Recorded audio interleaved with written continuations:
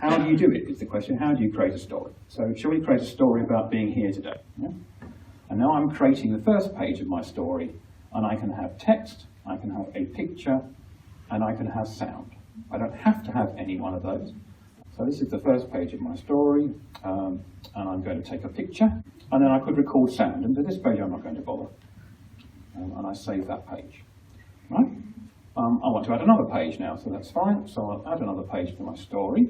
And rather than taking a picture, I will use a picture I've already got of the beautiful Sue in my photo library. So we'll use that one. And I can say something appropriate here. It's going to correct me into Norwegian, which makes my life tricky. Sue is here. And then I'm going to say that. Sue was here. And I'm going to save it. Now I can add to it later, I can edit it later, but I have a 2-page story now. To print it, print it. If you want to email it to somebody as a PDF, do that.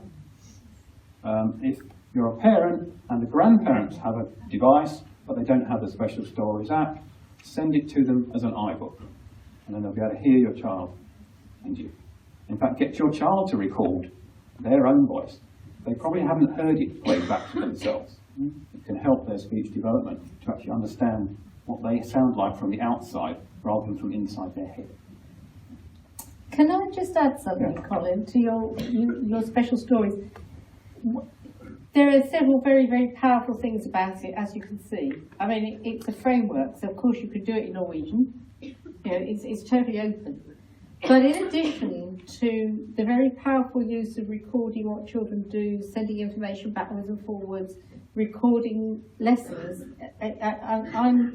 I'm very pushy about all children having books that record what they do, particularly the most delayed children, who can't tell you what they did yesterday. And how are they supposed to consolidate their learning if you don't take some pictures so you can revisit that you planted a seed or whatever it is? But the other thing that's hugely important is some research from the Open University has shown that all children learn to read faster from personal books. All children learn to read books about themselves. It's much more motivating. Yeah? So think also about using this to make simple reading books.